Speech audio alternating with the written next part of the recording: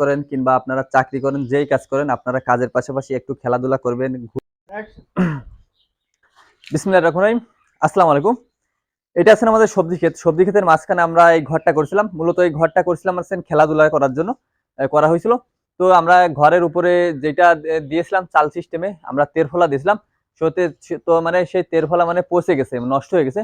তার জন্য মূলত আমরা এই দেয়াল দিচ্ছি। এই দেয়াল দেওয়া আছে ইটির দেয়াল, চারি সাইড দিয়ে ইটির দেয়াল দিয়ে আমরা টিনের দোতলা দেবো। আর এই ঘরে যেটা নিয়ে আমরা খেলাধুলা করতাম আপনাদের দেখাই, আসেন। এখানে ধুই বদনা, এটা আছেন টেবিল টেনিস। এই টেবিল টেনিস এই ঘরের মাঝখানে দিয়ে আমরা এইখানে মূলত সন্ধ্যের পরে বিশেষ করে খেলাধুলা করি। এই টেবিল টেনিস এইখানে আমরা সাইডে রেখে দিছি, মানে অনেকদিন খেলা হয় না তার জন্য মানে এই মানে সাইডে রেখে দিছি। আর যদি বৃষ্টি মিষ্টি লাগে তাহলে তো নষ্ট হয়ে যাবে, তার জন্য এক জায়গায় আমরা গুছাই রেখে দিছি। আর এটা আছেন ক্যারাম বোর্ড।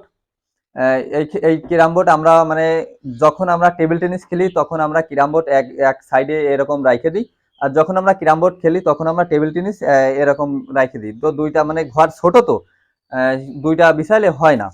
আর একটা কথা হচ্ছেন যে এই এই যে ব্যাটগুলো টেবিল টেনিসের ব্যাট অনেকদিন এখানে রাখার পরে নষ্ট হয়ে গেছে, আমাদের আবার নতুন করে এগুলো কিনতে হবে, নষ্ট হয়ে গেছে।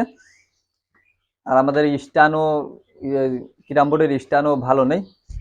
আর সবকিছু আমাদের এলোমেলো হয়ে গেছে, অনেকদিন যাবত খেলা হয় না তার জন্য মূলত এরকম হয়ে গেছে। আর দেয়াল তো এখন ভিজাচ্ছি, আজকে মিস্ত্রি আসেনি,